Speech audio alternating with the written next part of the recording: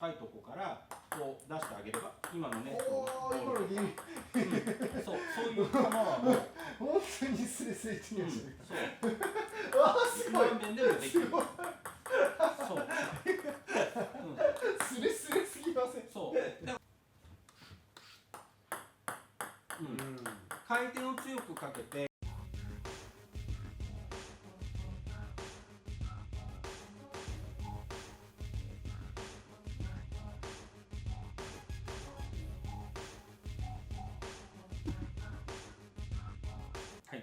サーブ、はい切ったサーブをこう低く出す。はい低なるほどく出したいっていう方が結構多いんですけど、はいどうやって低く出せるんですか？そうですね低いっていうのも、お求めになってる低いっていうものもジャンルがいろいろあるんで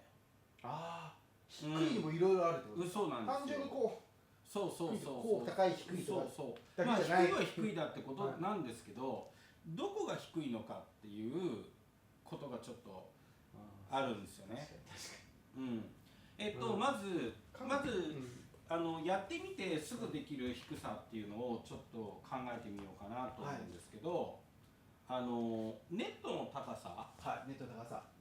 にこう出す。はい、ネットの高さ出す。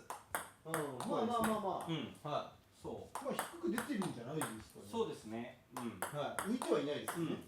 そうでこれが単純なまず低さです。はでこの低さはどうやったら作れるのか。はい。ボールがバウンドした時のボールの底辺がネットの高さよりもだからプラマイゼロ、まあゼロだったら触っちゃうからネットですけど、それに近い状態になればいいんですよ。でそのやり方は案外と簡単でネットのそばでボールを落とすんですよ。はい。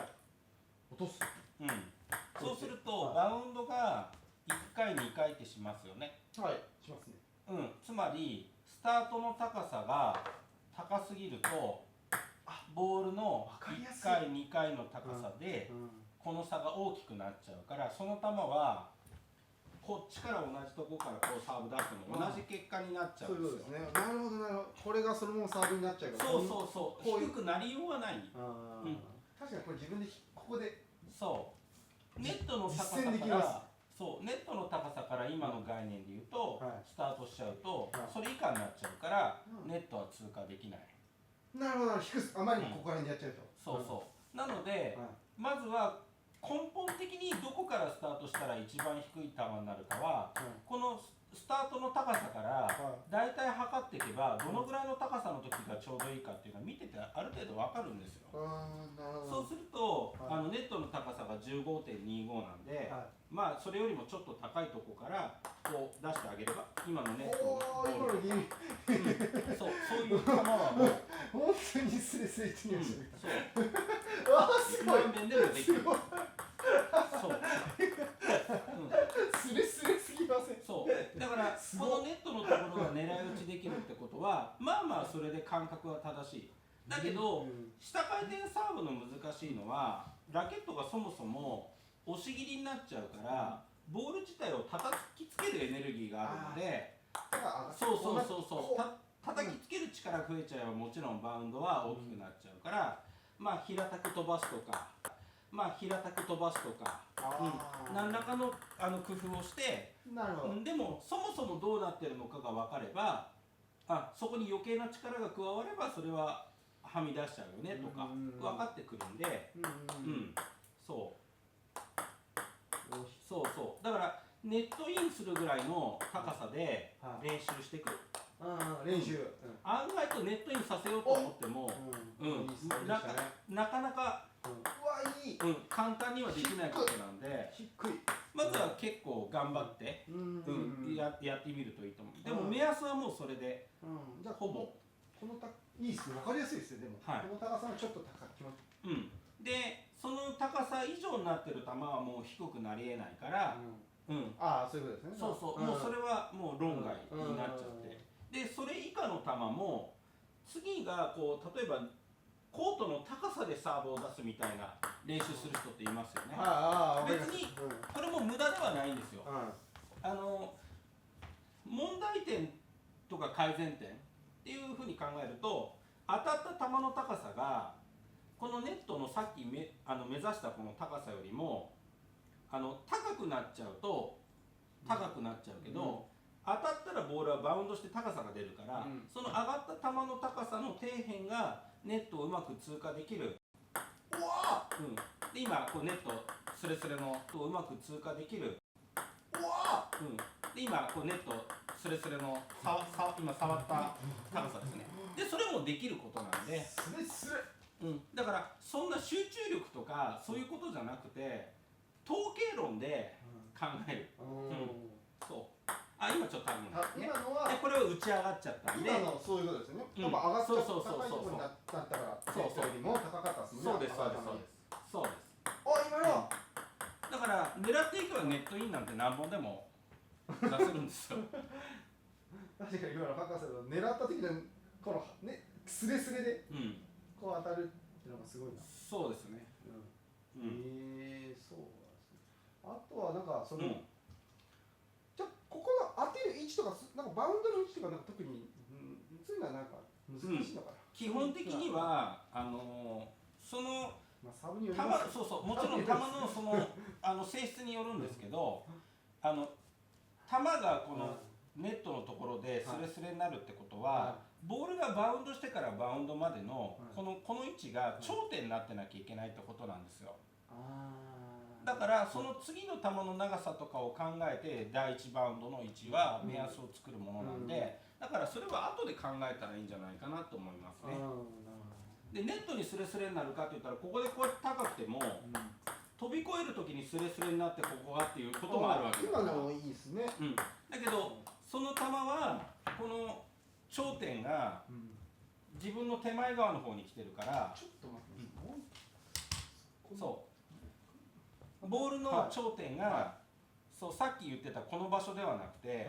この辺りまで来てるから、ということは球の高さも出てるから、次の球も高くなっちゃうね。だから必然的に短く低くみたいな球っていうのはバウンドの位置がネットの近くまでいかないと、それは作れないってことに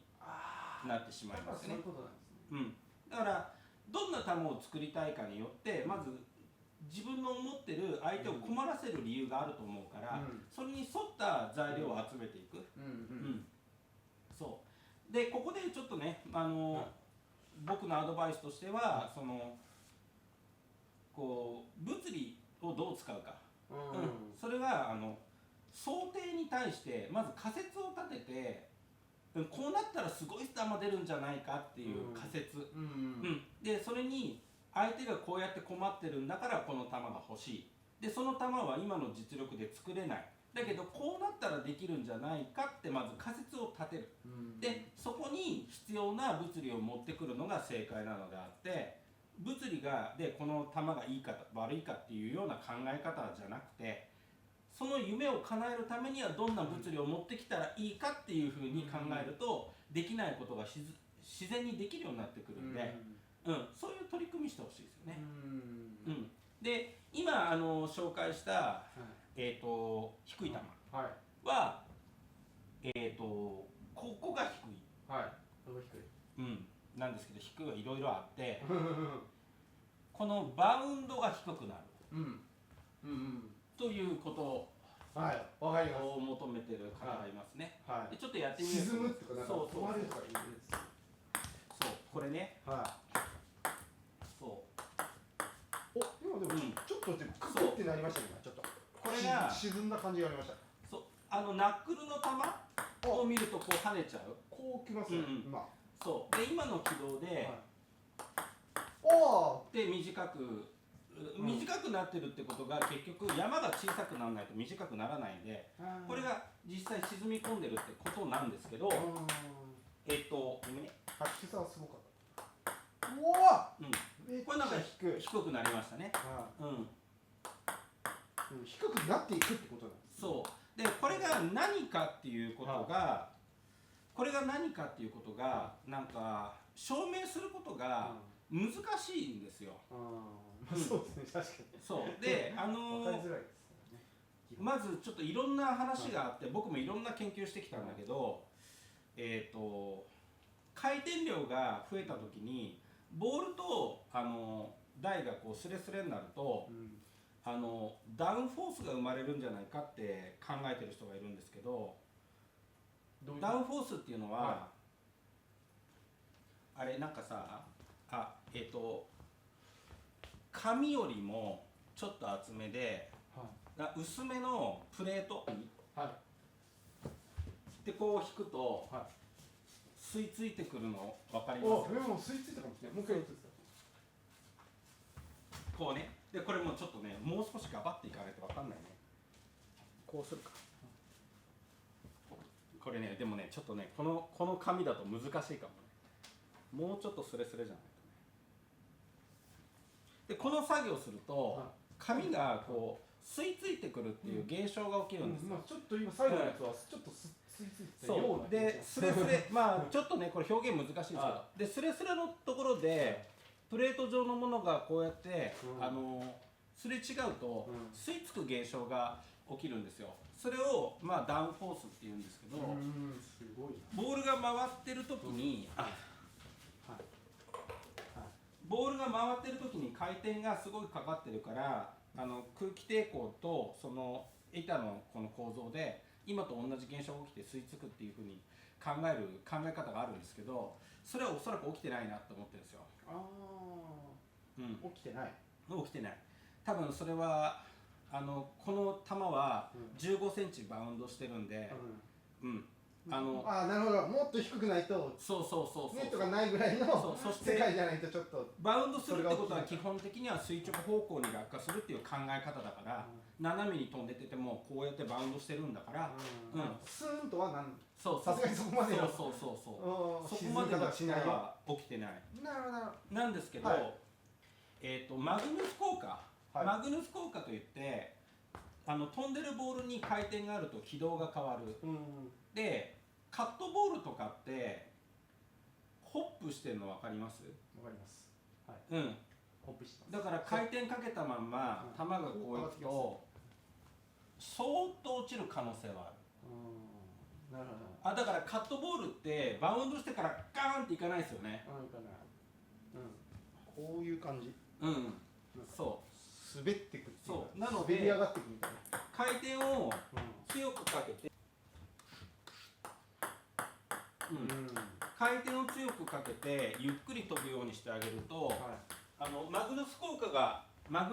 働いてる時はいきなりボールがガンってバウンドしないんでふわっと落ちるんで、それで多分この沈み込みが起きてる。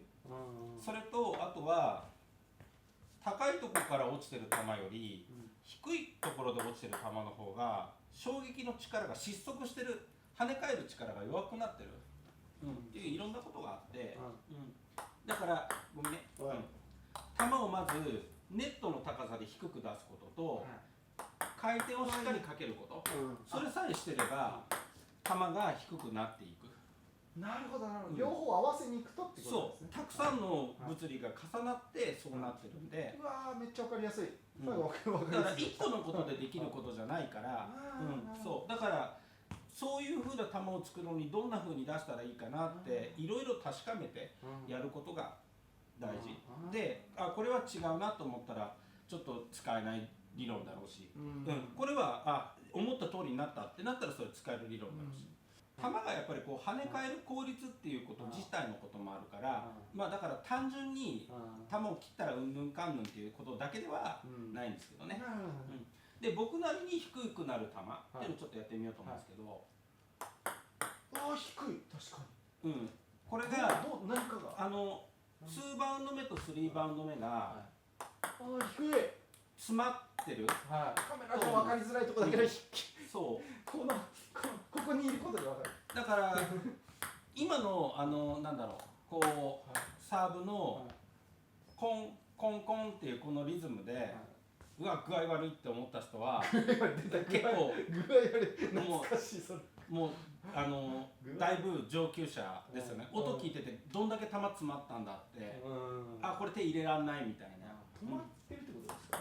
確かに。これは低低い止まってるから感じ。ですね、僕の球を止める理論なんですけど、はいこれは下回転じゃないんですよ。そうですね。うん、こうなってましたよ。そうこっち。そうこれはサーブしてましジャイロナックル、出たなんですよ。僕が得意な球なんですけど、結局下回転が中途半端に残ってると進行方向と逆らう側に球が回ってるんで、バウンドが落っこってから上方向に上がってって飛ぼうとする性質が出てるんですよ。だからナックルジャイロにするとボールがバウンドしてから自然に転がっていくんで、しょぼいっすね。ボールが晴天側にずっこけてくれるんで、それで、ボールが前に進もうとするときに上に行くんじゃなくて転げて落ちるっていう状況になるので、球の長さが少し伸びても球の低さだけは確保できるので、多少こっちに勢い出しちゃったとしても、止まり方だったらいいっすね。打てないですね。というような、そう僕のフリックとかチキータとかもしづらいな、この低さだと。そうこれ低すぎてチキータもそう結局突きで入れそうもう球上からいけないですよ。の認識がないと前に入れないから、そうだからいきなりそれを1本でやるんじゃなくて、これもいろんな球と織り交ぜてもちろん出すんですけど、そう低さっていう。であとは回転も少しかけてあげると、その球の飛び方がやっぱりこう変わってくるんで、うわいい、さっきからいいっすね。いいライン決まくってますね。ネットに何度も触るっていうのがなんか悪いって思っちゃう人いると思うんだけど、それだけ集中力高いと思って、上手い人が結構やっぱ試合中ではネットして触るっていう形、なんか1回でその2回3回ってやったりとか連続で、なんかおーいみたいな感じになりますけど、あれやっぱすごいことが、すごい精度、すごい低さを何回も出してるってこと。ネットインが失敗しちゃったって思う人いるけど、そういうふうに思うことはないと思いますよね。ちょっとそこから勇気出してそこまでやったってことなんですよね。今のそれだけ集中力が。じゃあネットインしたらどう意識持ったんですか。それはもう本当にちょっとしすぎたみたいな。いい意味でちょっと力めばいいだけなんで。ちょっと気持ち。そう気持ちがちょっとアップになれば。気持ちの問題でいいってことですね。角度とか。むしろここの意識はやっちゃダメみたいな。届かない。じゃあちょっと踏んなきゃみたいな。そうやったら失敗します。今日の練習ではだいぶすごい回数ネットの数出てると思う。出たってこっち来る。そうだからそういう気持ちで練習してれば、そう今のいいお手本ですね。そう気持ちでいけるってことなんですね。そこまで。結局一番低い球はスレスレの球だから、だからそれが起こる。ね、大体フィーリングで、いいサーブ出てる。フィーリングで覚えてるから、ね、こうね、でいいと思いますよね。でそこに回転のバランスとか、そのボールの都合、いつ球が低くなるのかとか、そういうことをうまく加えていくと球が低くなったりして、いい球になるんで、いいサーブになっていくことですね。打たれづらい。そうで回転があることによって球が低くなるという現象も、何遍かこう紹介してますけど、この飛んでる球に対してちょっとでも回転がかかると、次のバウンドは確実に低くなってるから、ボールのバウンドする反発効率が弱くなってることだけは間違いないんで、回転を利用して低くするっていう球の作り方は間違ってはいないと思うんで、分かりやすいな。工夫してなんかやってみるといいと思います。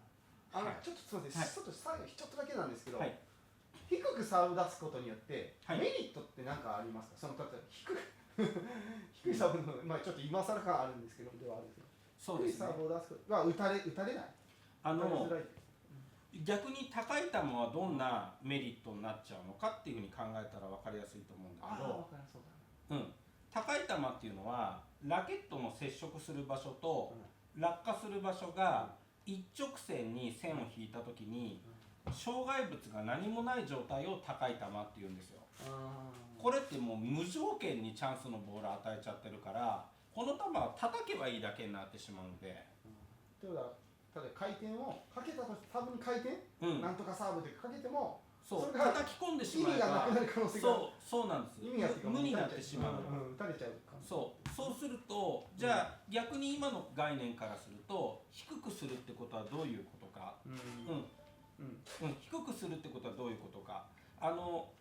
単純にネットの高さよりも球が低かったら、最高速のボール出すのに、ボールがこう放物線のカーブを描いてこのネットを通過していかなきゃいけないってことになるんですよ。そうすると直進できないので、そういう球っていうのは強打っていうのは相当難しいですよね。もう完全に神業のレベルになってきて、でアーチを描けば描くほどネットはクリアできるけど、球の速度は遅くなっちゃうんだから、抜き球は作れない。そうですね。なので、レシーブが威力がそうです弱まるってことなんですね。そうだからラリーに入った時にその高さを考えると、基本的にはもう球がトップスピンだったら、バウンドは30センチはバウンドしてると思うんですよ。ネットの倍ぐらいはもうバウンドしちゃってるから、それは案外と強く打てちゃうボールになっちゃうんで、だから強く打たせない条件を持ってるのはいつかって考えると、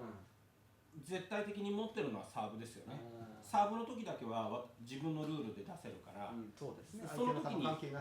低い球を出してないと強く打たれちゃう。そうすると、そうですね、ラリーどころじゃないです。ラリーまでもいかなくなっちゃうってことですよね。そうです。失点する。だからだんだんそのグレードを上げていったらいいんですけど、まず例えば回転の力だったら力でいいんですけど、低くするって言った時に球に相手が触れるっていう状態はもう球は次返ってくるってことなんだから、それを強打にさせないようにするためには低くするってことが大切ですね。最初に気づく力っていうのは威力なんで、回転がドーンとかけられれば、もしくはスピードがピュンと速いとかでなればそれで効くんだけど、相手もグレード上がってくるから、その時に気がついて球に触られちゃうんだったら、できるだけ相手の力を弱める努力をしなきゃいけないという意味で、そういう低くするっていうのは一つの工夫にはなりますということですね。ありがとうございます。ためになりました。はい。ありがとうございます。非常にためになりました。深いとこからこう出してあげれば、今のね、今のゲームそういう球はもう本当にスレスレにそうすごい面でもできる。そうスレスレすぎません。回転を強くかけて、